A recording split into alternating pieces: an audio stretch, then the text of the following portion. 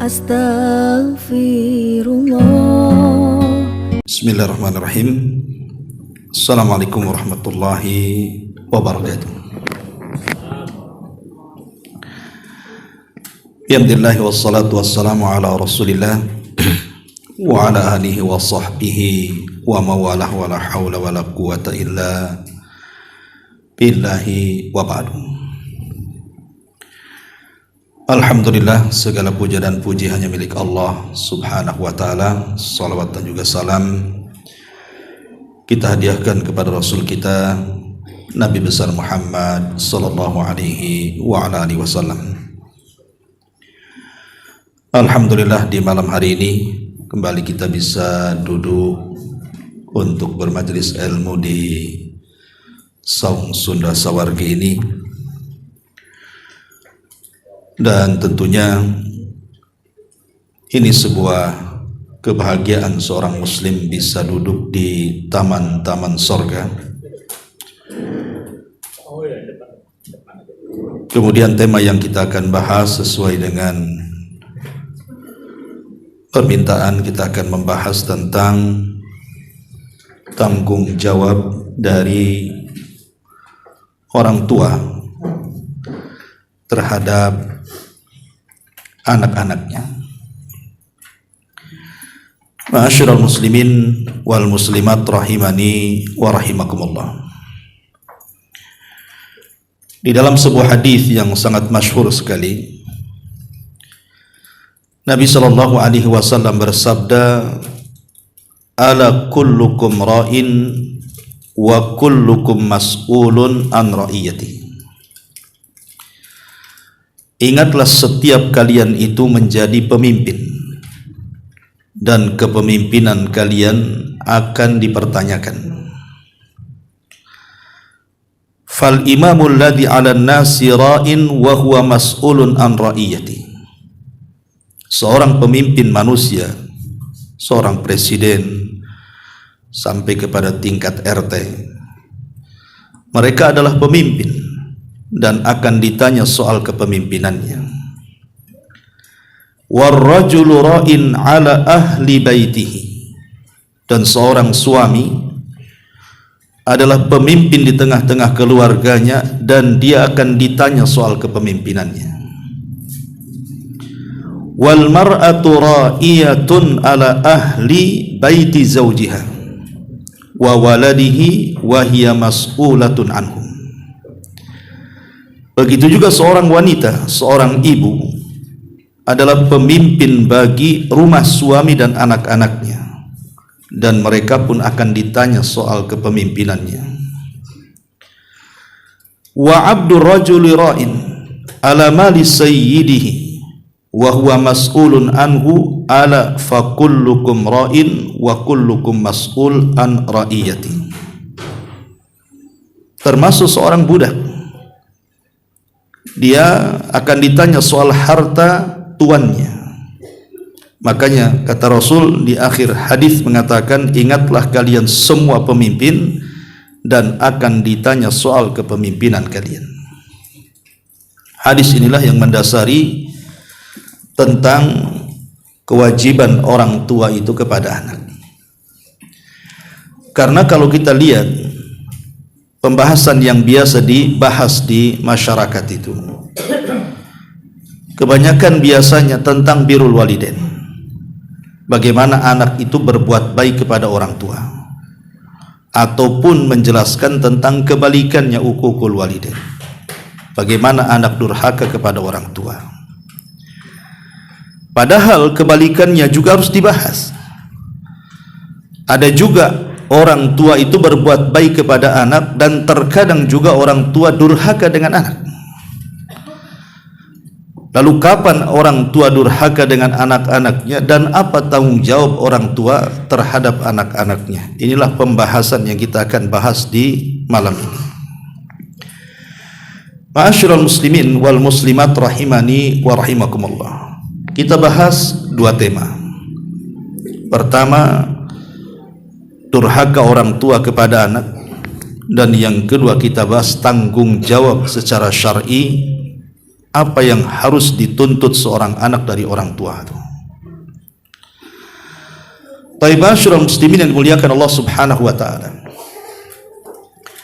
Kita tahu bahwa tak jarang ada orang tua itu secara nalar dia tahu bahwa dia sedang melakukan kezaliman kepada anak-anaknya.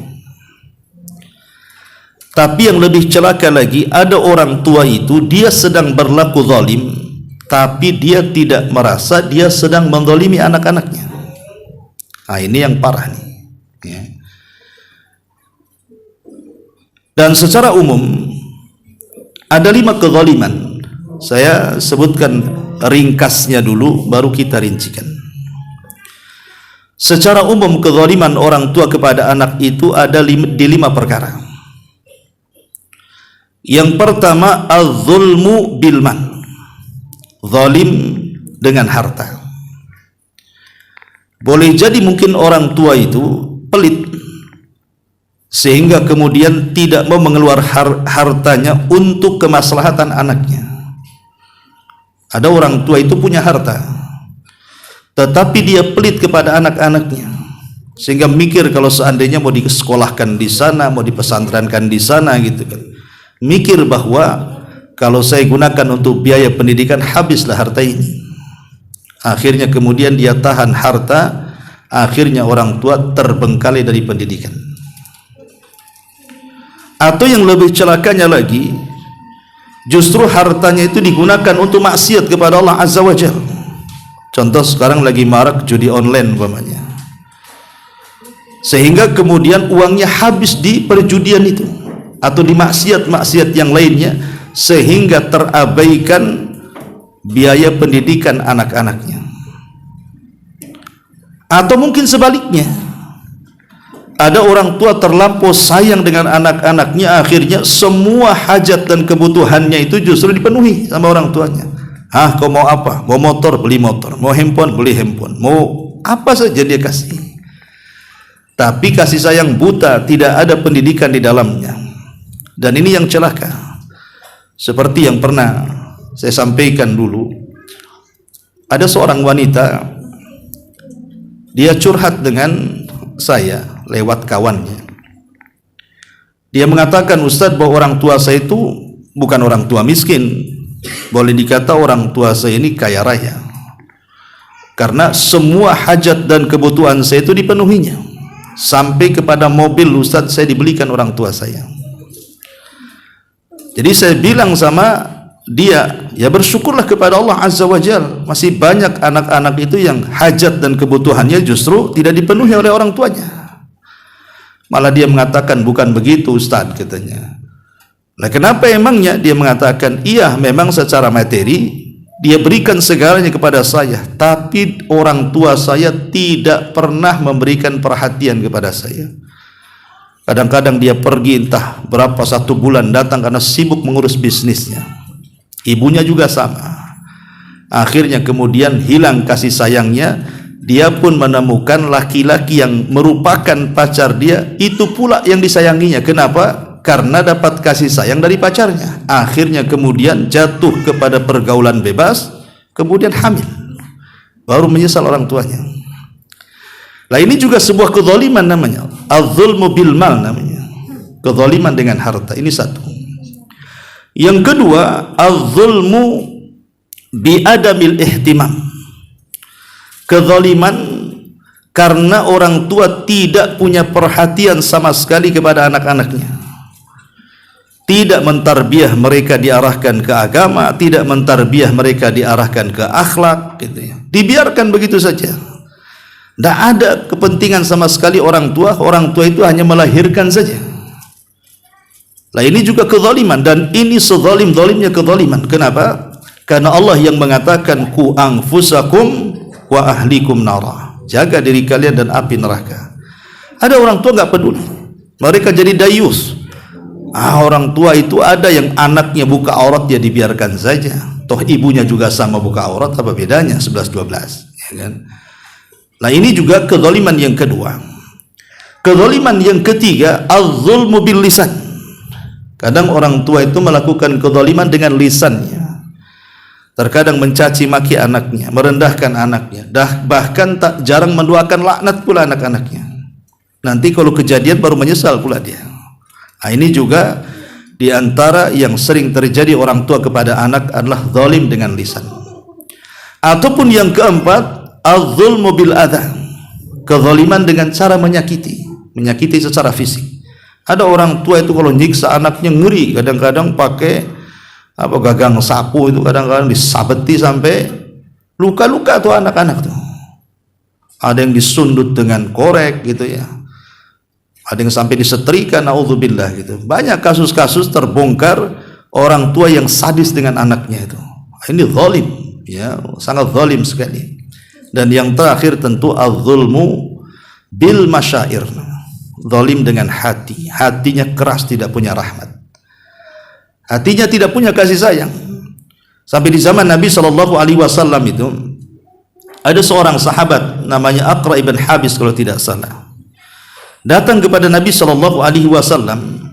Kemudian dia melihat Rasul sedang mencium Hasan dan Husain. Dia heran, kok bisa Rasul menciumi cucu-cucunya.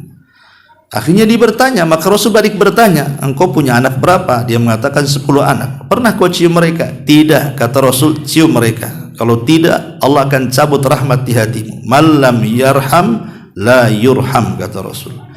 Siapa yang tidak punya kasih sayang, selamanya Allah cabut kasih sayang di hatinya. Nah, ini juga kezaliman. Ada orang tua itu yang cuekan dengan anak-anaknya, tidak pernah ngajak dialog, tidak pernah ngajak diskusi, sampai anaknya pun malu juga akhirnya dengan orang tuanya. Lah ini umumnya kezaliman orang tua kepada anak ini di 5 perkara ini. Zalim dengan harta, zalim tidak punya ihtimam ataupun perhatian dengan anak, kemudian juga zalim dengan lisan, zalim dengan menyakiti, dan zalim dengan perasaan. Ini secara global pembahasan yang kita akan bahas. Ma'asyiral muslimin yang dimuliakan Allah Subhanahu wa taala. Adapun kalau kita merinci tentang dosa-dosa orang tua kepada anak itu, ya. Yang pertama, as-sabbu wasyatmu 'alal abna. Ada orang tua itu yang lisannya mengerikan kepada anak-anaknya itu. Tak jarang kemudian anaknya itu, maaf, terkadang dibinatang-binatangkan, dianjing-anjingkanlah, dibabi-babikan, macam-macam orang tua itu. Disetan-setankan kadang-kadang. Itu keluar tuh bahasa-bahasa yang mengerikan tuh. Ini zalim, tidak boleh orang tua mencaci maki anaknya sedemikian rupa. Sesalah apapun anak jangan dicaci maki. Itu kan buah hasil dia juga kan itu. Ini yang pertama. Yang kedua, al-ihana. Terkadang ada orang tua itu merendahkan anaknya. Kadang-kadang merendahkan itu di depan kawan-kawannya pula. Oh, dasar kau ini bodoh. Jangan-jangan kau bodoh sampai kiamat pula. Kadang ada orang kemudian mencela anaknya itu sampai merendahkan martabat dia di hadapan kawan-kawannya. Nah, ini kan tidak boleh juga. Karena bagaimanapun psikologinya terganggu anak seperti ini kalau sampai orang tua menghinakan derajat dia di hadapan kawan-kawannya. Ya walaupun bukan di hadapan kawan-kawannya, tetap tidak boleh merendahkan orang, apalagi itu anaknya, ya. Kemudian yang ketiga, muqaranah lil akharin. Terkadang ada orang tua itu suka membanding-bandingkan anaknya dengan saudara-saudara kandungnya, atau lebih celakanya pula dengan kawan-kawannya. Dibanding-bandingkan, tuh si anu pintar, kok bodoh kali. Tuh si anu itu cerdas, kok kapan pandainya. Jadi ada orang yang kemudian itu bagi anak mungkin biasa-biasa saja, tapi lama-lama terpikir loh itu. Dan itu bisa sakit hati itu. Jangankan anak-anak, antum saya banding-bandingkan dengan yang lain saja antum bisa tersinggung kan. Ya, jangan lagi antum gitu. Coba pasangan antum, istri antum. Masih cantik istri tetangga dari kau tuh umpamanya. Apa enggak marah tuh istrinya? Ya. Gitu. Nanti istrinya ngomong, iya kok bau itu suami tetangga wangi pula katanya. Kan jadi membanding-bandingkan itu sakit hati biasanya. Lah anak-anak juga sama, kalau dibanding-bandingkan pula sakit hati. Harusnya kita itu memuji dia walaupun tidak seperti itu, supaya menumbuhkan optimis dia sehingga dia mencambuk untuk menjadi orang pandai dan cerdas. Kemudian juga yang keempat, kadang-kadang al-hubbu bisyarti. Ada orang tua itu kalau mencintai anaknya, tapi kadang-kadang menggunakan syarat. Abi cinta kamu, tapi ada kalau ada tapinya nih. Ya. Ini namanya cinta dengan syarat. Ya, ayahmu sayang dengan kamu, tapi ada tapinya, ini bahaya nih. Ya. Tapi kau harus begini, tapi kau harus begitu. Kau harus hafal Quran 10 juz. Walaupun seperti itu dengan syarat tidak boleh. Namanya sayang ya sayang kan gitu. Tidak boleh pakai syarat orang tua itu sayang dengan anaknya. Itu anak dia. Kenapa mesti pakai syarat-syarat? Ya. Kemudian juga yang nomor 5, terkadang orang tua itu suka ikhbarul khati, memberikan informasi yang salah terhadap anak-anaknya. Dan itu paling banyak.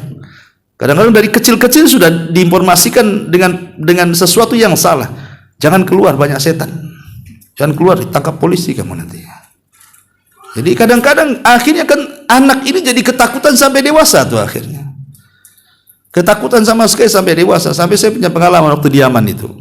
Waktu saya belajar di Medan itu, ada anak kecil usia 10 tahun, 13 tahun. Itu jauh 2 kilo tuh dari kampung dia ke ngaji ke tempat markas yang saya belajar di situ tuh. Dan itu di sana nggak ada penerangan listrik di sini, enggak. Di sana masih pakai genset.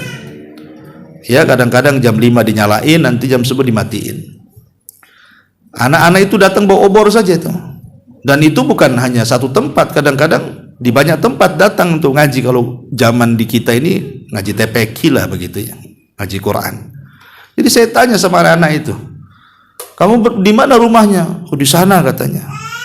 Berapa kilo? Ya adalah dari sini 1 jaman. Wah, berarti 1 jam jalan kaki mau jauh juga tuh kan. Jadi saya tanya, kamu takut hantu ya di sana? Dia bilang, apa itu hantu katanya. Apa itu hantu? Jadi saya bilang, kamu tidak pernah nengok TV ya? Mana ada TV di rumah katanya. Lihat orang-orang Baduy itu, karena mereka tidak pernah diceritai hantu, tidak takut hantu mereka. Walaupun itu umur 10 tahun, 13 tahun, jalan berkilo-kilo itu malam, bolak-balik itu ngaji, tidak takut karena tidak pernah diceritain soal hantu. Tapi coba anak-anak sekarang ini, mulai brojol saja diceritai hantu. Ya besar sedikit dia takut, gelap sedikit teriak kan itu. Mau kamar mandi akhirnya minta diantar. Lah inilah yang kadang-kadang informasi yang salah itu jangan diberikan kepada anak. Ya, jadi akhirnya begitu yang terekam oleh anak-anak kita. Ataupun terkadang al-wa'id. Orang tua suka ngancam-ngancam. Nah, ini juga kesalahan orang tua, kadang-kadang suka mengancam anak-anak. Ya mengancam sekali-kali 2 kali boleh lah, tapi kalau terusan diancam anak ini kan terganggu psikologinya, takut, akhirnya merasa ketakutan yang bersangkutan kan dengan orang tuanya. Apalagi ancaman itu terbukti pula gitu. Kemudian juga terkadang orang tua itu an-nahyu bila sabab, melarang bisyai'in bila sabab, melarang dengan sesuatu tapi tidak ada sebabnya. Dia larang gitu saja, nggak boleh. Kata anaknya nggak boleh pokoknya. Apa maksudnya? Harus dijelaskan sebabnya kan itu ya. Kalau melarang itu ya dijelaskan apa sebabnya. Pamannya orang tua mengatakan dilarang, pamannya anak suka tengok handphone, nggak boleh main handphone lagi, nanti matamu rusak. Kan jelas tuh sebabnya itu. Nggak boleh nonton TV lagi, nanti malam kau susah bangun besok. Jelas tuh. Ini nggak boleh apa bi? Nggak boleh katanya. Ini nggak bingung anak ini jadinya. Ya, ini juga terkadang ada orang tua itu dia melarang sesuatu tapi tidak dijelaskan alasannya. Kemudian juga termasuk terkadang ada orang tua itu betul-betul membunuh karakter anaknya. Membunuh karakter anaknya itu terkadang ya mungkin masih anak-anak kecil ya kan. Diceritakan anaknya masih ngompol umpamanya kan. Di depan kawan-kawannya coba. Nanti kemudian orang tuanya nggak ada, apa nggak dibully tuh anaknya. Ini tukang ngompol katanya kan. Apa nggak stres sana? Ini membuli ini bahaya. Ya, karena banyak kejadian di Batam saja ada sampai mati dibully itu. Bayangkan coba ya. Makanya jangan sampai menghilangkan karakter anak ini. Termasuk juga yang nomor 9, jangan suka mendoakan dengan doa yang buruk. Sebab kalau terjadi kadang-kadang menyesal. Mati aja lah kok nak katanya. Besoknya ketabrak, nyangis dia sebulan. Kadang-kadang tidak bisa dimaafkan kesalahannya tuh. Nah, ini juga jangan suka melaknat. Kalau tidak bisa mengerem ucapannya, mengganti dengan ucapan yang baik, lebih baik diam. Ya kan, lebih baik diamlah. Kalau tidak bisa mengganti umpamanya doa laknat dengan doa baik, ya diam sajalah. Nah, ini kemudian juga terkadang membuka aurat ataupun aib anaknya. Dibongkarnya aib anaknya itu, oh anak saya kok kayak gini ya, kok anak kamu begitu ya. Nah, jadi kadang-kadang dibongkar aib, tidak boleh. Ya, membongkar aib anak sendiri. Termasuk juga yang nomor 11, terlampau pilih kasih atau zalim dalam hak dan keadilan. Ini banyak, ya. Ada sebagian orang tua itu yang mendahulukan anak pertama. Kadang-kadang apapun hajatnya itu sampai kuliah pun oleh orang tua didanai. Giliran anak yang paling bontot, yang paling bungsu, beda pula berlakuan dengan anak yang paling besar. Ini tidak boleh. Kata Nabi SAW, i'dilu fi auladikum, adilah kalian dalam anak-anak kalian. Karena dulu ada seorang ayah namanya Bashir, ayah dari Nu'man. Dan Nu'man bin Bashir ini adalah sahabat yang pertama lahir pasca hijrah Nabi SAW dari kalangan Ansar. Kalau dari kalangan Muhajirin, Abdullah ibn Zubair, bayi yang pertama lahir pasca hijrah. Tapi kalau di kalangan Ansar ada namanya Nu'man ibn Bashir. Lah Bashir ini anaknya banyak, tapi entah kenapa dia suka dengan Nu'man. Mungkin karena cerdasnya, ya mungkin begitulah. Kadang-kadang orang tua terkadang secara hati tidak adil, tidak ada masalah. Kecintaan orang tua kepada anak tidak adil, tidak ada masalah. Karena terkadang ada dari sekian anak itu pasti ada orang tua itu ada yang lebih sayang di antara sekian anaknya kan. Itu tidak tercela dalam Islam. Dan itu juga yang dilakukan seorang nabi. Siapa? Yakub. Yakub lebih menyayangi Nabi Yusuf dibandingkan saudara-saudaranya kan. Akhirnya mengalami kecemburuan. Dengan kecemburuan itulah berakhir dengan menyakiti Nabi Yusuf, dimasukkan ke dalam sumur kan. Tapi kan Nabi Yakub tentu ada alasan kenapa dia lebih mencintai Yusuf kan. Yang dimaksud dilarang tidak adil ini yang berkaitan dengan materi. Namanya memberi kepada kakaknya sekian, adiknya kesekian, terlampau jomplang gitu ya. Lah yang seperti ini tidak adil. Jadi Bashir ini hendak memberikan sebuah ladang penuh dengan pokok kurma, dihadiahkan kepada putranya Bashir, kepada Nu'man putranya. Jadi dia ngomong sama istrinya, kata istrinya, saya tidak mau jadi saksi, sebaiknya kita datang kepada Nabi SAW. Akhirnya Bashir dan istrinya datang kepada Rasul dan mengatakan, ya Rasulullah, maukah kau jadi saksi, aku akan menghadiahkan kebun kurma kepada putraku Nu'man. Maka Nabi SAW mengatakan, apakah engkau punya anak selain Nu'man? Kata Bashir, iya. Apakah kau berikan juga kebun kepada selain Nu'man? Dia mengatakan tidak. Kata Rasul, aku tidak mau bersaksi untuk ketidakadilan, katanya. Rasul tidak mau, karena Bashir tidak adil terhadap anaknya kan. Nah, jadi ini pun jadi perhatian, kadang orang tua tidak adil dengan anaknya, akhirnya mengakibatkan kecemburuan anak-anak yang lain. Ini zalim namanya. Nah, kemudian juga yang nomor 12 adalah terlampau berlebihan dalam memberikan kasih sayang. Tadi saya sudah jelaskan di mukaddimah. Ada orang tua itu hanya memberikan kasih sayang tapi tidak memberikan pendidikan kan. Terutama nenek biasanya sama kakek. Ini orang tuanya udah capek-capek didik anaknya, tiba-tiba dititipkan ke kakak neneknya yang jadi baik, berubah 100% jadi jahat. Karena kadang-kadang kakek ini lebih sayang sama cucunya dibandingkan sama anaknya kan. Apapun yang dikasih, kasih semua. Apa yang mau diingini si cucu itu dikasih sama kakeknya. Nggak peduli. Ini orang tuanya ini pada sudah ngelarang, kau jangan beli ini, jangan beli itu, nanti penyakit, sama kakeknya dibeli semua. Kalau perlu narkoba dikasih dia. Karena sayangnya kan gitu ya. Ini kan kakek menyesatkan kayak gini. Nah ini kadang-kadang ada orang yang kemudian terlampau sayang, akhirnya tidak ada pendidikan di dalamnya. Ini zalim juga. Ini nampak sih kasih sayang, tapi di dalamnya kezaliman. Kemudian yang nomor 13, tidak memberikan contoh yang baik. Nah inilah kadang-kadang orang tua kalau umpamanya anaknya nonton TV, nonton handphone kan itu, dilarang dia, udah nggak usah nonton TV lagi, sini handphonenya, pergi kau ke kamar katanya, kamar. Habis itu dilanjutkan pula sama orang tuanya nonton handphone tuh. Nah ini kan orang tuanya, anaknya nengok dari jendela, apalah ini katanya kan. Jadi ada yang seperti itu. Kalau mau melarang sama anak ya kasih contoh. Kalau jangan main handphone ya sudah, dia jangan main, anaknya juga jangan main. Pasti nurut tuh anaknya. Ini tidak, anaknya suruh tidur dia pula Mana remote-nya? Tapi remote ini pegang dia sampai malam. Nah, ini kan juga masalah, ya. Jadi ini juga kezaliman dan kesalahan, dan termasuk dosa-dosa orang tua kepada anak. Termasuk juga yang nomor 14, memberi nama yang tidak baik kepada anak itu. Tidak boleh memberi nama yang tidak baik. Dulu, walaupun sebagian riwayat ini memang dilemahkan oleh sebagian ulama, tapi masyhur, ya. Ketika seseorang datang kepada Amirul Mukminin Umar bin Khattab radhiyallahu an. Jadi orang ini mengatakan, wahai Amirul Mukminin, saya ini punya anak durhaka kepada saya, tolong hukum dia.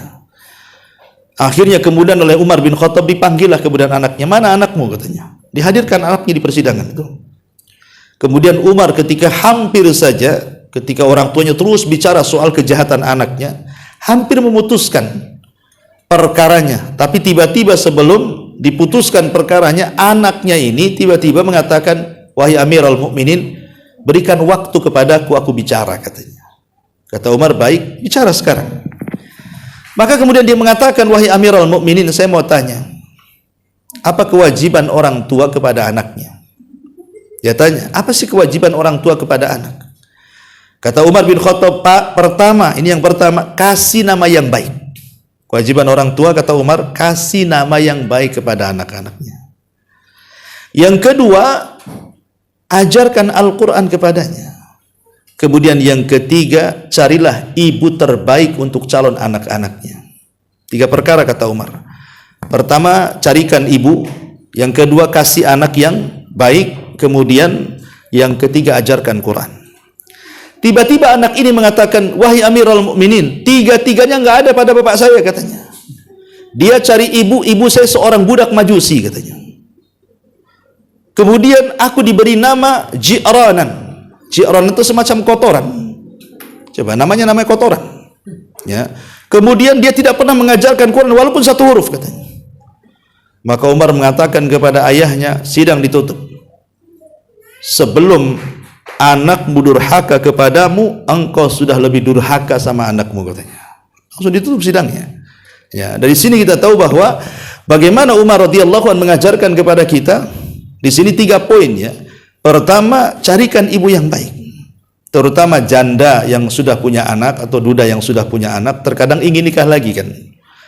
Kadang-kadang ada orang nggak peduli, dia bukan mencari ibu untuk anak-anaknya, tapi mencari ibu untuk syahwatnya. Sampai ada kasus ini di Batam, kan. Ada seorang duda punya anak 3, ya. Kemudian dia dapatlah janda juga, punya anak 1. Subhanallah, ketika menikah, ini ibu jandanya ini tidak suka dengan 3 anaknya. Jadi setiap malam 3 anaknya ini tidur di teras, nggak boleh masuk, ya. Subhanallah, kan.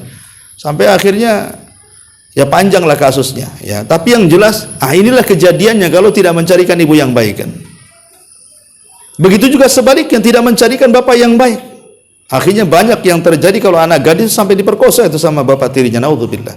Jadi ini Umar bin Khattab mengatakan, carikan orang tua yang baik. Setelah kemudian dicarikan orang tua baik, kemudian punya anak, carikan nama yang baik. Ingat zaman baheula tuh, kalau kita ini punya nama jelek kemudian ke kota, kadang-kadang malu tuh kenalan itu. Terpaksalah cari nama orang kota supaya nama dia tertutupi, kan itu. Zaman dulu, ya. Kalau zaman sekarang malah nama desa pula yang populer gitu. Artinya bahwa dalam Islam itu sampai Rasul mengatakan apa? Berikan nama-nama anak-anakmu dengan nama-nama Allah, dan sebaik-baik nama adalah Abdullah dan Abdurrahman, kata Rasul. Artinya Rasulullah SAW mengisyaratkan kita, kalaupun harus nyari nama dan susah cari nama, kalau anak laki-laki gampang, cari nama-nama Allah. 99 nama kan banyak, kan? Tinggal kita kasih Abdun di belakangnya. Abdullah, Abdurrahman, Abdurrahim, Abdurrauf, banyak nama-nama Allah itu.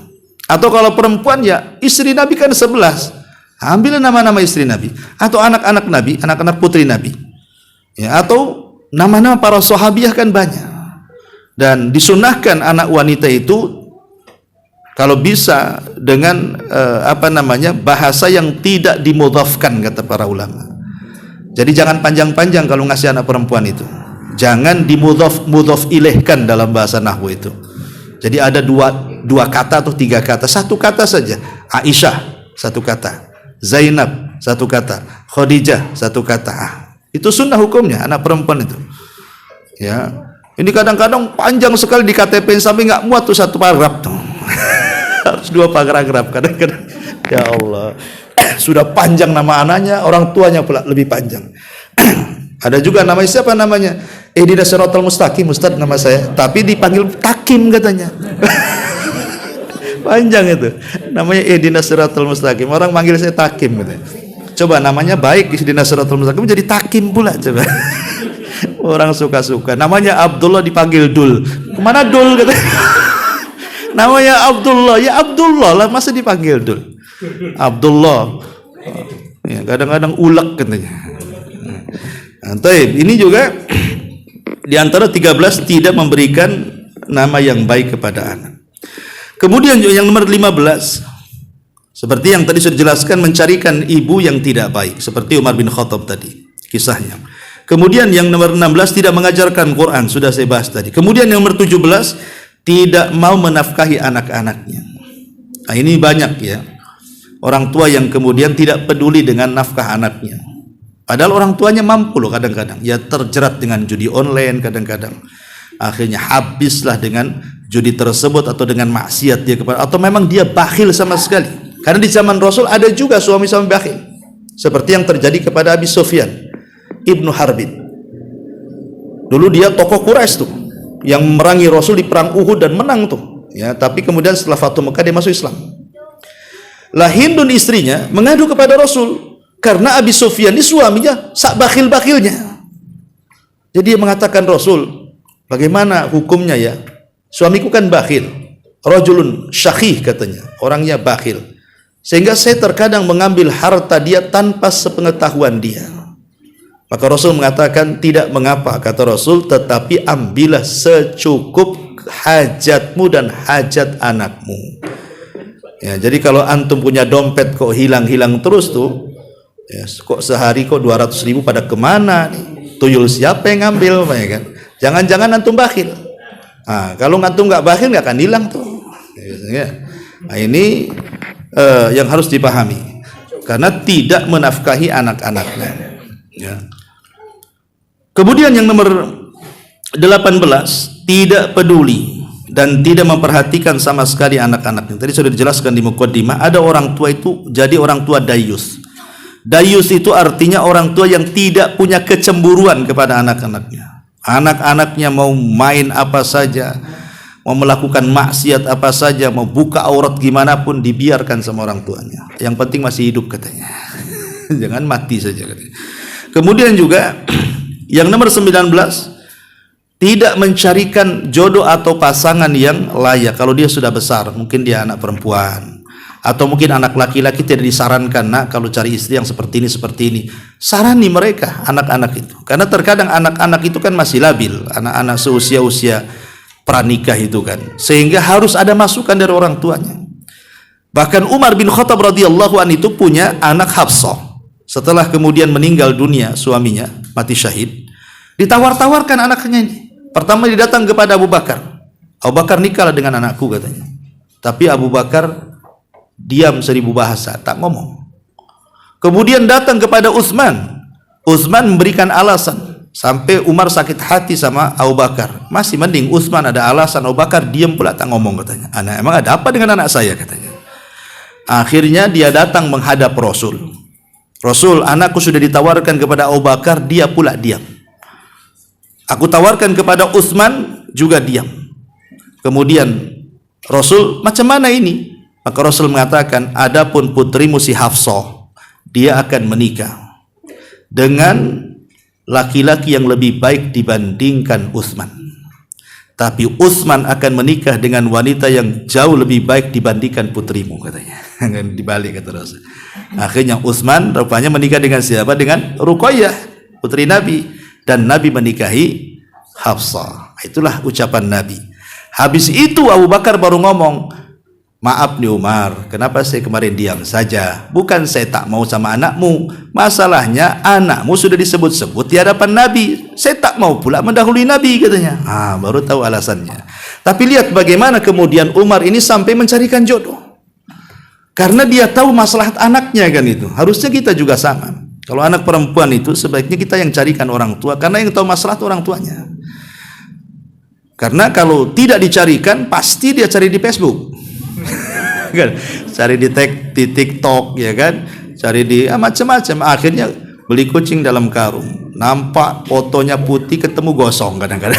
Rupanya editan calon suaminya kan.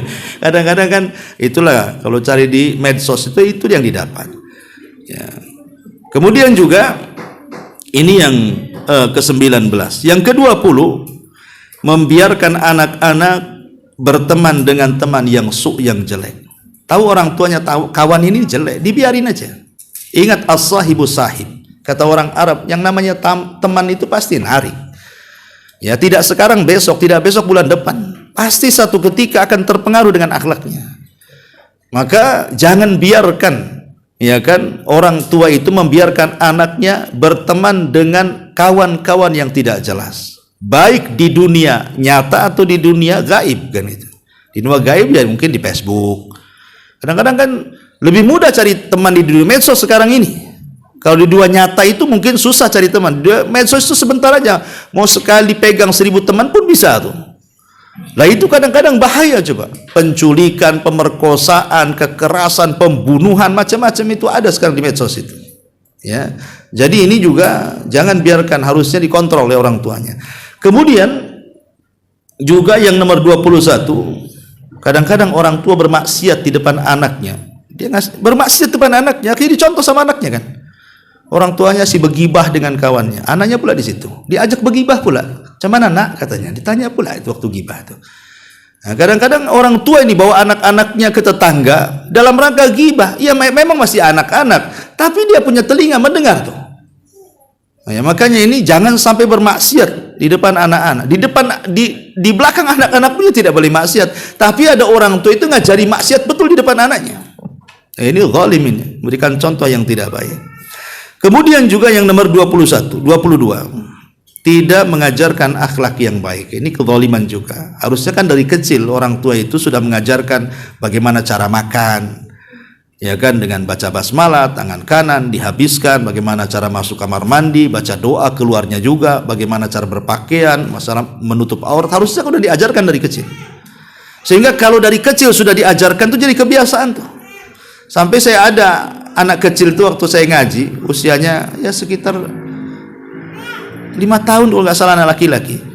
Dia kebelet kencing, ya, sama ibunya kencing aja di situ. Oh, ndak malu, sampai malu-malu dia, ndak mau dilihat orang. Padahal udah 5 tahun tuh, sampai geleng-geleng, masya Allah itu.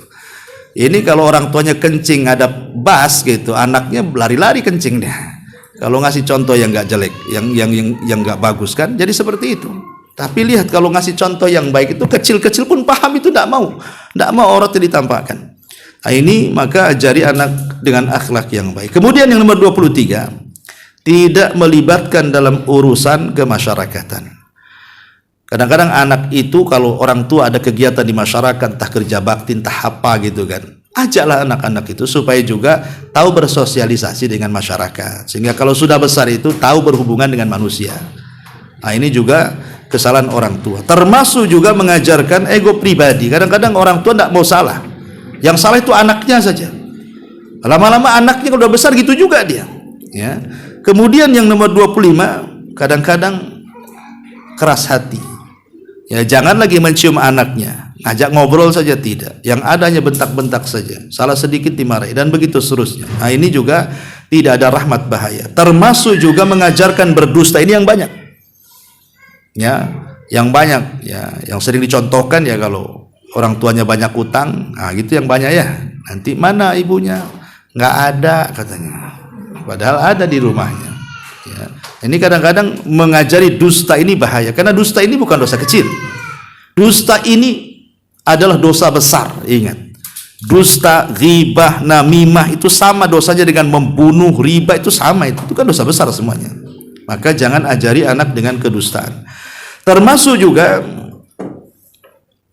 membiarkan anak wanita membuka aurat. Nah, ini dayus. Nah, ini juga kezaliman orang tua. Tidak boleh. Kemudian tidak mendoakan dengan doa yang baik. Kadang orang tua itu ya Sudah punya anak ya sudah, tapi tidak pernah mendoakan dalam sholatnya, dalam tahajudnya, dalam waktu-waktu mustajab. Padahal itu yang penting dan sangat penting sekali, yang membuat berubahnya karakter anak dari yang tidak baik jadi baik itu. Karena doa itu silahul mukmin. Sesuatu yang kita anggap mustahil jadi mungkin dengan doa. Makanya sebaiknya mengatakan, kalau anak kita ini sudah angkat tangan, ibu bapak mendidiknya, susah anak saya Ustaz. Ya karena saya juga hijrah juga sudah, anak saya sudah besar sih. Ya sehingga saya juga baru sholat, anak saya baru diajari sholat, susah malah ngelawan, malah kalau diajak sholat itu malah mau perang pula, Irak-Iran katanya dia bilang. Ya kadang-kadang susah nah. Lah sebenarnya masih ada senjata. Kalau kita tidak bisa sudah usaha semaksimal mungkin mendidik anak itu, masih ada satu senjata, doa. Ya, berdoa sepertiga malam itu, ketuk pintu langit itu. Kalau setiap malam kita ketuk pintu langit, nggak mungkin Allah buka menutup terus, pasti Allah akan buka tuh pintunya. Yakin, harus yakin dengan doa. Dan jangan coba-coba gitu. Kalau coba-coba nggak, itu ragu-ragu artinya. Harus yakin bahwa Allah itu akan membukakan pintu doa yang terbaik bagi anak-anaknya. Jadi tidak mendoakan yang baik ini juga sebuah kezaliman. Kemudian yang nomor 28, selalu melibatkan permusuhan orang tua dengan musuh-musuhnya. Orang tua bermasa dengan tetangga, diceritakan sama anaknya. Kalau bisa kau juga harus benci sama dia. Akhirnya 7 turunan tuh. Ya. Lah apa coba hubungan permusuhan orang tua dengan anak itu? Tidak nyambung. Maka anak pun harus sama. Kalau seandainya orang tua itu bermusuhan dengan tetangga atau dengan saudara, jangan ikut-ikut. Itu urusan orang tua. Ya, kita tetap berbuat baik. Lah karena ada orang tua itu kalau sudah sama-sama dewasa, anak-anaknya itu mempengaruhi anak-anaknya untuk memusuhi musuhnya tuh. Nah, ini kezaliman. Ini ta'awun alal ismi wal udwan namanya. Ya, tolong menolong di atas perbuatan dosa dan permusuhan, tidak boleh. Ya. Kemudian juga di antaranya adalah bukan hanya melibatkan permusuhan orang tua kepada anak-anaknya, juga terkadang tadi mengucapkan kalimat-kalimat kotor, menghina, merendahkan dan begitu seterusnya, bahkan ngajak bergibah ria pula dengan anaknya. Nah, itu juga termasuk salah satu kezaliman. Dan yang ke-30, menjelekkan salah satu orang tuanya.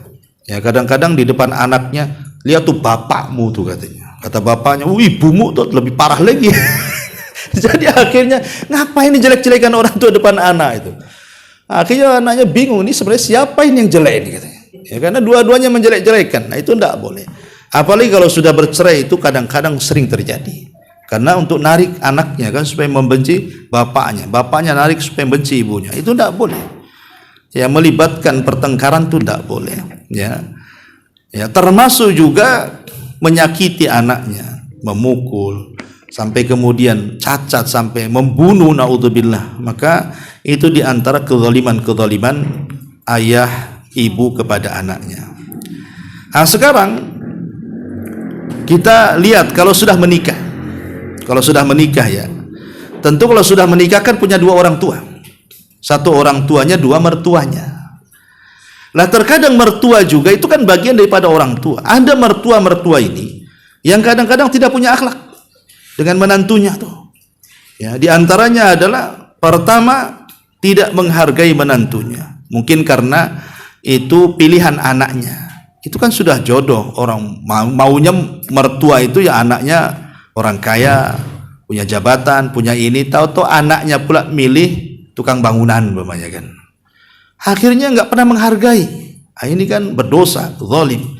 Itu semua sudah takdir Allah, terima. Boleh jadi yang kita benci itu baik pula di hadapan Allah. Kita tidak tahu. Ya. Kemudian yang kedua, tidak memperlakukan mertua kepada menantu itu seolah-olah bukan anaknya sendiri. Akui mereka. Atau juga menikah dengan anak kita ya, lakukan seperti anak kita kan. Sayangi mereka seolah-olah itu anak kita juga, harusnya begitu. Jangan kemudian itu kan anak orang. Kalau cerai pun saya nggak mau tahu dengan dia. Nggak begitu ya. Maka ini juga kezaliman mertua kepada menantu. Yang lebih parah lagi, kadang-kadang ada mertua itu ikut campur dengan urusan mantunya. Ikut campur, kalau lagi bertengkar itu betul-betul dibela anaknya. Nah, ini kan salah. Padahal Nabi SAW ketika melihat Fatimah bermasalah dengan Ali, yang disalahkan siapa? Fatimah. Karena tahu bahwa Fatimah yang salah.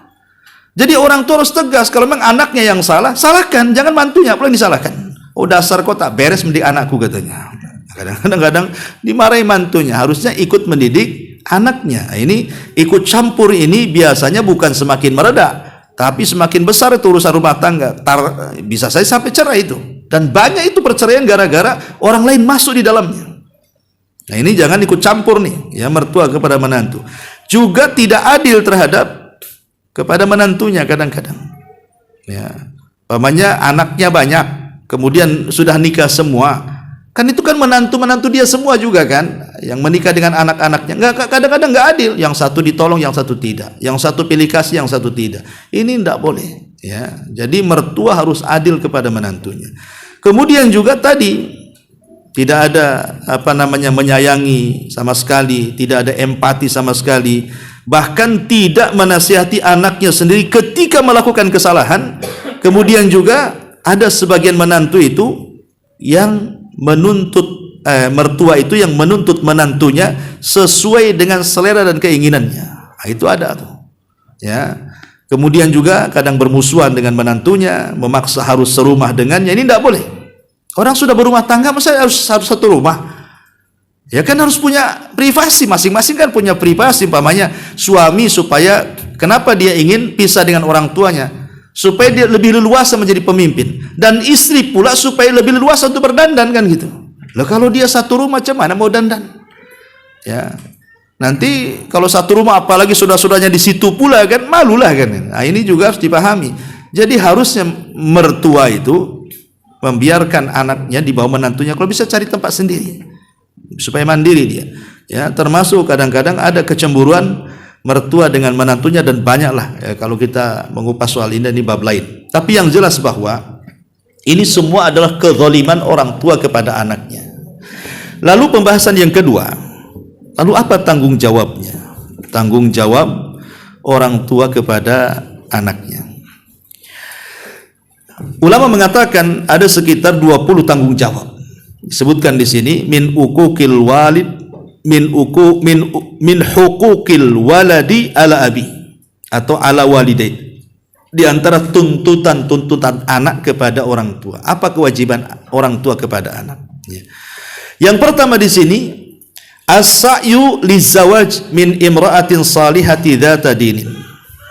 Ya, kalau anak laki-laki disarankan supaya dia mencari wanita yang soleh, yang punya agama. Karena bagaimanapun kalau pasangan itu soleh dan soleh itu mempengaruhi keturunan masalahnya. Supaya dapat keturunan yang baik.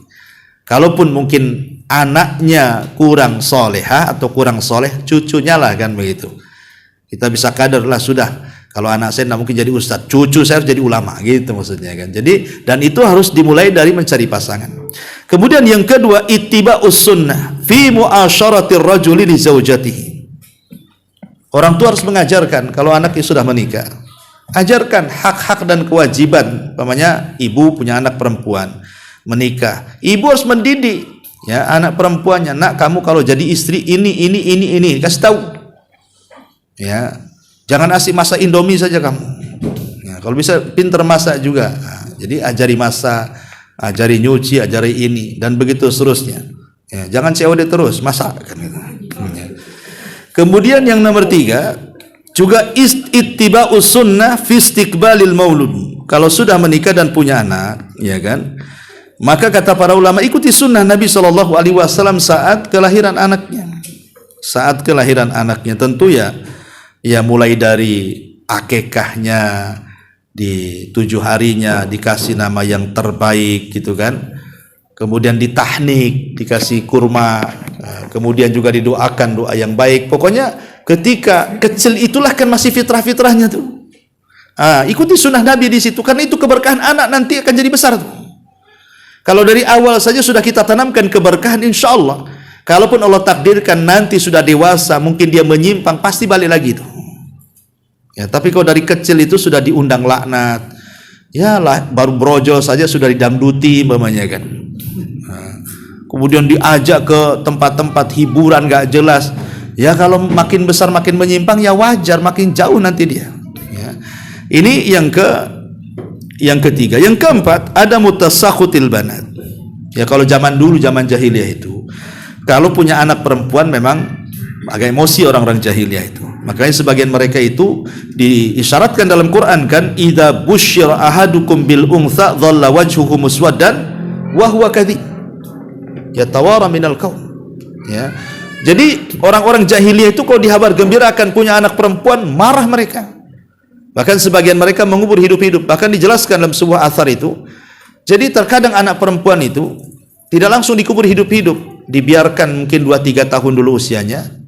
Nanti kalau sudah lucu-lucunya tuh, nanti didandani sama ibunya, dikasih pakaian yang indah, dikasih harum-haruman, disisir, kemudian diserahkan sama suaminya mau dikubur hidup-hidup tuh. Itu zaman jahiliyah tuh, makanya disebut jahiliyah, coba kan. Ya, padahal masih sayang ibunya itu, nengok anaknya yang masih lucu-lucunya itu sudah didandani, disisiri, diwangi-wangiin, tiba-tiba diserahkan kepada bapaknya sudah dikuburkan. Ya, nanti sama bapaknya itu dibawa, kemudian sudah digalikan lubang. Kemudian dimasukkan ke lubang anaknya, ini tidak tahu apa-apa, dia hanya minta tolong bapaknya suruh dikeluarkan, tapi tetap dimasukkan tanah di situ sampai mati. Dari sini turun ayat wa idza busyira ahadukum bil untha dhalla wajhuhu muswaddan wa huwa kadhib. Turun ayat ini, ya. Lihat gilanya orang-orang jahiliyah seperti ini. Nah ini, tapi ada juga di zaman sekarang kan begitu. Ada suami istri bertengkar gara-gara anak yang lahir perempuan, besok perempuan lagi, besok perempuan lagi. Sampai 10 anak perempuan, stres bapaknya. Udah 10 baru stres dia. Ya. Lah sekarang loh, yang namanya istri itu dia ladang, yang nanami siapa? Kok yang disalahkan ladangnya, kok yang nanam yang salah kan gitu. Jadi ini nggak bisa, mau perempuan, makanya dalam Islam itu mau perempuan mau laki-laki itu sama saja. Walahunna mislu alaihinna bil ma'ruf. Ya, yang namanya kewajiban dan hak itu mau laki-laki perempuan sama di mata Allah Subhanahu wa taala. Tidak ada yang beda, ya. Jadi ini juga terkadang orang tua tidak suka ketika anaknya lahir gak seperti itu, tapi terimalah kelahiran anaknya mau laki-laki perempuan itu semua anugerah. Jangan-jangan anak perempuan ini pula yang mendoakan dia dan memasukkan dia pula ke sorga, dan anak laki-laki pula dia jahat tidak pernah mendoakan orang tuanya, kan dia tak tahu kan itu dari semua anak-anaknya ini. Kemudian juga yang nomor 5, an yatakhayyara lahu isman hasanan. Pilih nama yang baik, tadi sudah saya jelaskan. Kemudian yang nomor 6, an yakhtatina dzakaran. Kalau memang dia seorang laki-laki dikhitan kalau sudah besar, ya. Kalau perempuan juga dikhitan, cuman bedanya kalau laki-laki wajib hukumnya karena memang membuang najis. Kalau tidak dikhitan tidak sah salatnya. Kalau perempuan sunnah. Karena perempuan dikhitan itu bukan menghilangkan najis, dia hanya meredam syahwat dan untuk kecantikan. Ya, hanya untuk kecantikan dan meredam syahwat saja. Tapi kalau laki-laki memang untuk kebersihan. Makanya wajib sunat bagi laki-laki, sunnah sunat bagi perempuan. Kemudian yang nomor 7, an yakhtara lahu walidahu murdi'atan salihatan. Untuk memilih, kalau zaman dulu kan biasanya kalau orang-orang Arab, mereka kalau lahir anaknya kan mencari ibu susuan. Ya, tidak disusui sendiri oleh ibunya, tapi mencari ibu susu yang ada di Baduy sana. Seperti Rasul juga sama kan, disusukan dengan Halimah Sa'diyah. Maka kalau memang disusukan kepada yang baik, maka hendaklah seseorang itu mencari ibu yang baik. Karena ada satu kisah dari seorang ulama yang pandai debat tuh. Ya, ada seorang ulama itu pandai debat sekali di zaman salaf itu. Ya. Jadi sang ulama ini, karena kalau berdebat itu tidak pernah kalah. Namanya Imam Al-Juwaini, ya, Imam Al-Juwaini atau disebut dengan Imam Al-Haramaini. Ya, Abu Ma'ali Al-Juwaini atau disebut dengan Imam Al-Haramaini Mekah dan Madinah. Itu kalau debat gak pernah kalah Imam Juwaini ini. Abu Ma'ali Al-Juwaini, ya. Tapi di saat perdebatan itu kadang-kadang terhenti lidahnya. Gagap, suka gagap kalau ngomong, tapi kalau debat gak pernah kalah. Tapi kadang-kadang suka gagap, ya. Jadi ditanyalah Imam Haramaini, kenapa engkau gagap wahai imam, katanya. Ya, bukankah engkau kalau debat tidak pernah kalah? Dia bercerita dulu, ya. Dia mengatakan bapakku itu tidak pernah memasukkan yang haram-haram ke perut ibuku. Enggak pernah. Yang syubhat pun tak mau. Betul-betul murni, bahkan bapakku melarang ibuku untuk menerima makanan dari siapapun. Memakan makanan dari siapapun dilarang sama bapakku. Kau harus makan apa yang aku cari dari keringatku saja. Ya, akhirnya kemudian lahirlah aku. Sehingga ketika aku lahir, kata Imam Haramaini, aku disusui oleh ibuku. Qadarullah, ibuku ini ada hajat waktu itu, meninggalkanku entah buang hajat, entah karena mencuci atau apa. Akhirnya aku diletakkan begitu saja, aku pun menangis. Rupanya ada seorang jariyah budak yang sama-sama punya anak. Yang sama-sama punya anak. Mungkin karena dia kasihan, dia ambil aku, disusukan pula sama tete dia. Ketika ibuku tahu bahwa bahwa aku diambil kemudian disusukan, marah dia. Langsung direbut, ya kan? Langsung direbut. Kemudian sejak itu tidak pernah dia meninggalkan aku lagi. Kata Imam Al-Juwaini, boleh jadi gagapku itu boleh jadi mungkin 1 sedotan atau 2 sedotan susunya sang jariyah itu katanya. Makanya aku pelat katanya. Coba bayangkan. Sampai seperti itu dia ngomong. Itulah akibat daripada makan yang haram tuh. Sampai seorang ulama pun gagap tuh gara-gara hanya 1 sedot 2 sedot susu dari tete seorang jariyah yang tidak tahu makan apa dia. Nah, cemana kalau yang hari-hari umpamanya orang tuanya memang kerja di judi online, dia koruptor gitu kan, dia memang penjahat, pencuri dan begitu seterusnya, maka Rasul mengatakan kullu lahmin nabatat min haram fannaru aula bi. Setiap daging yang ditumbuhkan dari benda yang haram, ya neraka tempatnya, pasti akan mempengaruhi akhlak, ikhwan, ya. Jadi ini yang kelima, yang keenam, yang ketujuh, yang kedelapan sekarang antar aha ummahu. Kemudian juga hendaklah ummuhu antar ahu ummuhu, ibunya hendaklah mentarbiyah dia, menjaga dia. Ya, karena bagaimanapun yang banyak tarbiyah kepada anak itu kan bukan bapak. Bapak ini kan pagi pergi, sore pulang. Sehingga kadang-kadang tidak tahu menahu soal pendidikan anak, ya kan. Yang banyak berperan pendidikan itu ibu. Makanya disebut ibu itu ummul madrasah. Dialah induk daripada madrasah bagi anak-anaknya. Maka tanggung jawab seorang ibu itu mendidik anak itu luar biasa. Dan saya sarankan, Bu, kalau hal-hal yang sifatnya wajib dalam Islam jangan diajarkan kepada orang. Kalau bisa ibunya sendiri yang ngajarkan. Contoh mamanya surah Al-Fatihah. Jangan sampai surah Al-Fatihah ini anak ini hafal dari guru TK-nya atau guru SD-nya atau guru madrasahnya. Kalau bisa orang tuanya yang ngajarkan. Kenapa? Karena Fatihah itu akan diulang-ulang dalam salat dia. Sehingga ibunya itu akan mendapatkan pahala selama dia baca Fatihah. Minimalnya Fatihah berapa kali? 17 kali dibaca tuh dalam sehari itu. Itu kalau salat wajib saja, belum lagi salat sunnah kan. Jadi yang sifatnya yang wajib-wajib itu bagaimana secara salat kalau bisa yang ngajari orang tuanya. Apalagi sekarang nggak ada alasan tidak bisa. Sekarang sudah ada YouTube kok. Ya, bisa ditengokin, sudah ada Facebook, ada macam-macam lah sekarang media yang memudahkan anak itu bisa untuk melakukan ibadah, ya. Ini yang harus dipahami, bahwa ibu itu umul madrasah. Kemudian juga yang nomor 9, ya ayah juga sama, an yu'allima kitab Allah wa sunnata nabihi sallallahu alaihi wasallam. Orang tua entah ibu entah ayahnya bukan hanya memberikan tarbiyah akhlak dan yang semacamnya, termasuk juga mengajarkan Al-Quran dan Sunnah. Jadi orang tua ini wajib mengajarkan dan mengarahkan anak kepada Al-Quran dan Sunnah Nabi sallallahu alaihi wasallam. Kemudian Allah yarzuqhu illa thayyibah minal kasbil halali. Hendaklah tidak boleh memberikan rizki kepada keluarga kecuali yang halal dan yang baik. Bukan hanya halal tapi juga baik. Kalau halal saja bisa saja beracun, kan itu. Oh, enggak beracun tapi hasil nyuri, haram juga akhirnya. Jadi harus yang baik dan yang halal, karena itu mempengaruhi. Tadi saya sudah jelaskan tentang kisah Abu Al-Ma'ali Al-Juwaini. Kemudian yang nomor 11, an yu'allimahus shalah. Wajib mengajarkan salat di usia berapa? 7 tahun. Ibu harus cerewet sama anak itu. Usia 7 tahun itu sudah cerewet orang tua sama anak. Salat. Kau harus salat. Kalau sudah 7 tahun ya. Nanti kalau sudah 10 tahun, boleh kita memukul, tapi tentu dengan pukulan yang tidak membekas. Pukulan itu kan hanya sekedar untuk mendidik anak saja. Kata Rasul, muru auladakum bis salati wahum abna'u sab'in wadribuhum wahum abna'u ashrin, kata Rasul. Perintahkan anak-anakmu salat di usia 7 tahun. Kemudian pukullah di usia 10 tahun. Pertanyaannya, kalau seusia antum tak salat diapakan? Itu aja. Nah, kemudian yang nomor 12, an yudrihi ala saum, an yudarribahu ala saumi. Bukan hanya salat, juga latih anak-anak untuk puasa. Makanya ketika permulaan puasa itu dalam Islam, puasa apa? Asyura. Itu puasa pertama yang wajib dalam Islam kan. Jadi ketika Nabi SAW bertanya soal puasa Asyura kepada orang-orang Yahudi itu, Kata orang Yahudi, karena kami menghormati Nabi Musa. Kata Rasul, aku yang berhak menghormati Nabi Musa. Kemudian Rasul memerintahkan seluruh kaum muslimin di Madinah untuk berpuasa dan untuk melatih anak-anak mereka berpuasa. Sampai anak-anak kecil yang belum balik itu dilatih sama orang tuanya, diajak main-main sehingga lupa makan.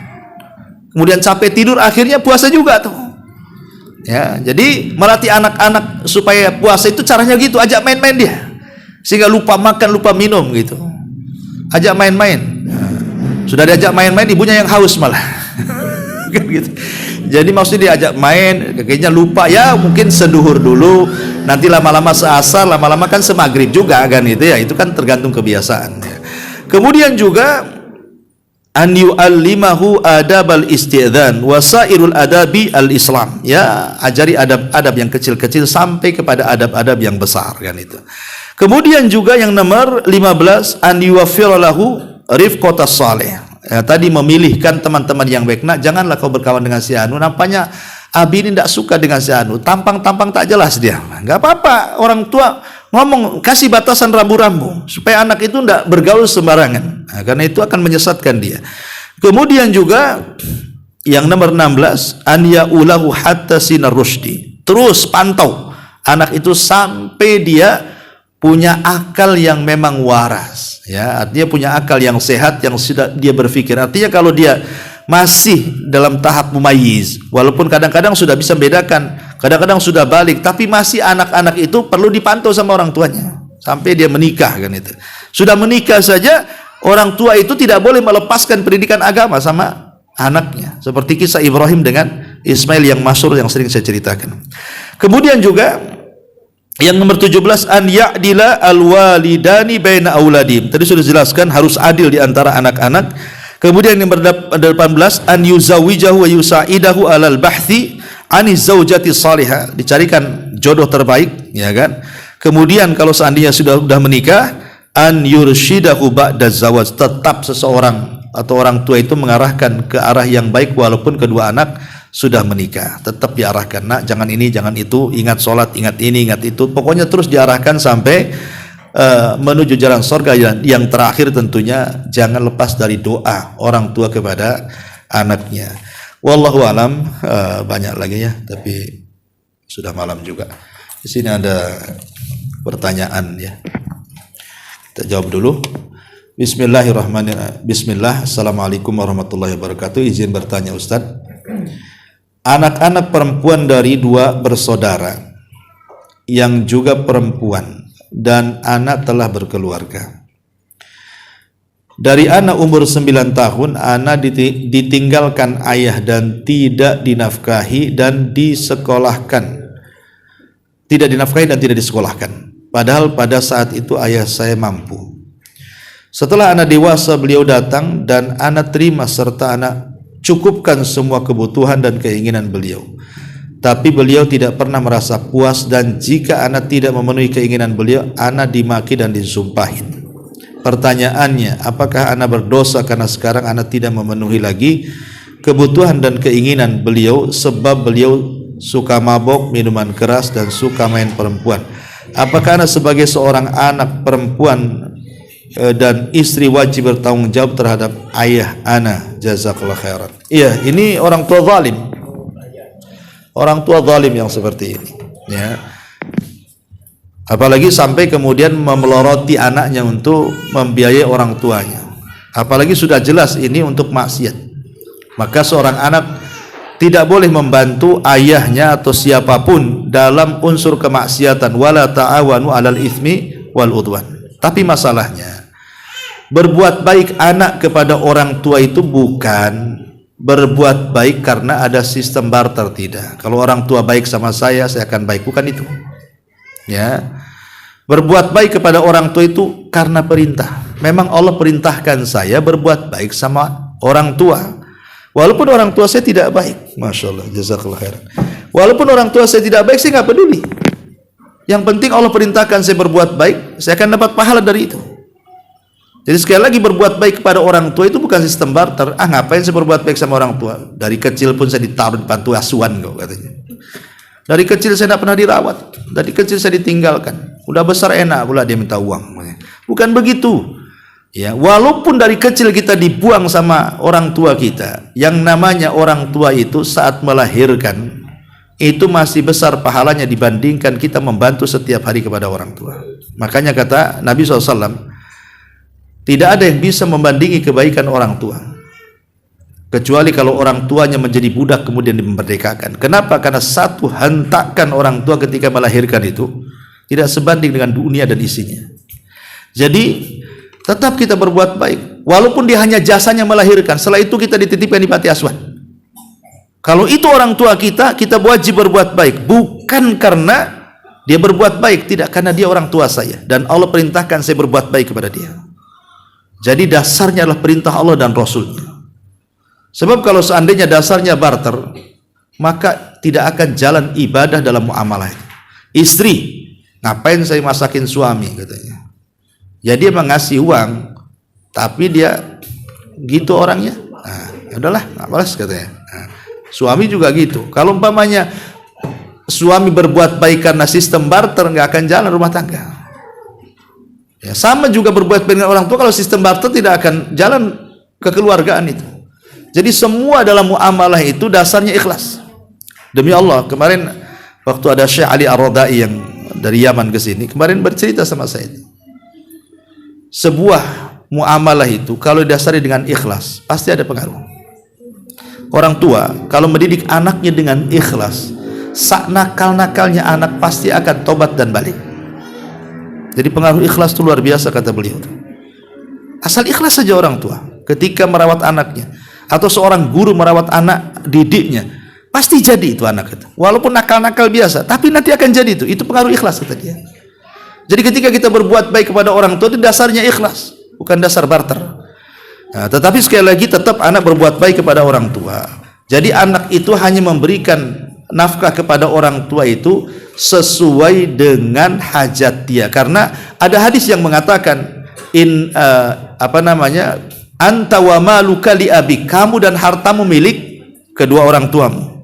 Hadis ini nggak bisa dipahami secara utuh, harus dibahas. Ya. Apa maksudnya engkau dan hartamu milik bapakmu? Apakah semua harta milik bapak kita? Ini bahaya, sebab kalau seandainya kita meninggal berarti yang punya waris bapaknya, anaknya nggak dapat kan? Hartanya milik bapaknya kok. Kalau dia meninggal berarti milik bapaknya lah, anaknya nggak dapat kan gitu. Itu kalau dipahami hadis secara zahir. Tapi nggak seperti itu pemahamannya. Kata ulama, maksudnya engkau dan hartamu milik bapakmu itu maksudnya ayah boleh meminta kebutuhan pokok dia kepada anaknya, tapi tidak boleh juga kemudian mengambil harta yang merupakan pokok daripada anak dalam mencari nafkah. Umpamanya anaknya punya motor, diambil sama ayahnya, jangan kakilah anaknya jadinya. Ya, jadi nggak boleh hal-hal yang menjadi kebutuhan. Kemudian juga tidak boleh mengambil harta anak untuk dikasihkan ke anak yang lainnya. Itu menjadi kecemburuan tuh. Kadang-kadang kita ini ngasih sama orang tua uang, maksudnya menyenangkan orang tua, sama orang tua dikasih saudara kita pula, dikasih sama saudara-saudaranya kan. Kadang-kadang kan akhirnya kita malas mau ngirim kan. Malas, bukan untuk dia, nanti dikasihkan pula sama saudara saya, katanya. Enak saja dia punya suami, ngapain saya menyenangkan orang tua saya, katanya.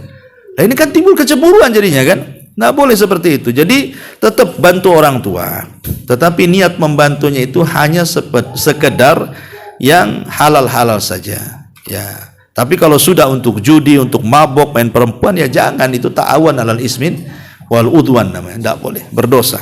Ya. Tapi kalau sama sekali akhirnya tidak mau memenuhi, ya jangan, tetap dipenuhi. Tetapi sekedarnya saja. Sekedarnya saja, umpamanya sekedarnya berapalah kebutuhan orang tua ketika makan sebulan itu. Ya sudah itu saja. Yang biasanya kalau ngirim jor-joran 10 juta kan itu ya. Rupanya untuk judi, untuk kecil, ya sudahlah kasih 3 juta saja.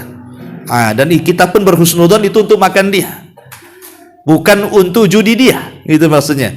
Soal nanti kemudian dia untuk judi itu urusan dia dengan Allah kan. Tetapi kita memberi nafkah kepada orang tua itu pahala sendiri di hadapan Allah Subhanahu wa taala. Wallahu a'lam. Ya, saya kira cukup. Ini juga ada pertanyaan. Assalamualaikum Ustaz, semoga Allah melindungi Ustaz. Amin. Kita semuanya amin.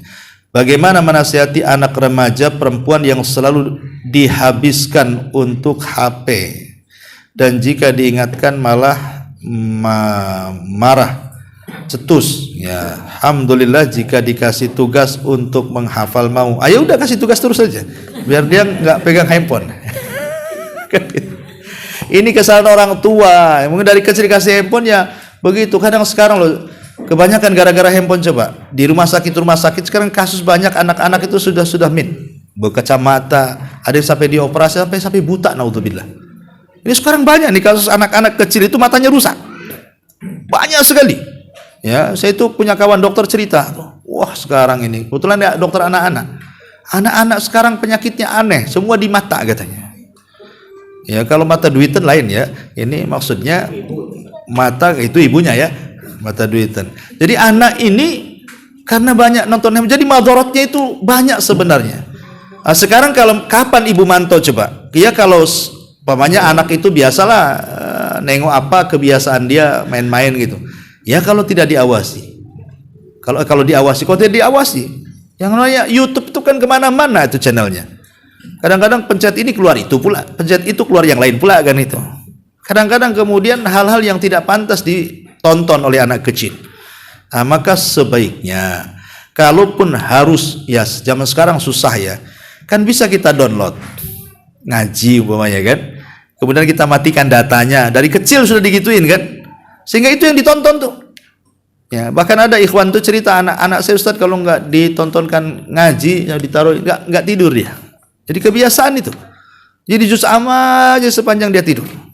Nanti kalau mati nangis dia. Nah, kan luar biasa tuh. Kalau itu bisa dilakukan. Tapi kebanyakan orang tua ya tadi kadang-kadang salah dalam meletakkan sayang yang menyesatkan. Ya, sebenarnya ibu harus keras ya. Ibu atau bapak harus keras. Kalau punya anak sudah remaja, ini harus lebih ekstra keras lagi. Apalagi anak perempuan. Ya, harus keras, harus tega bahasa kitanya lah.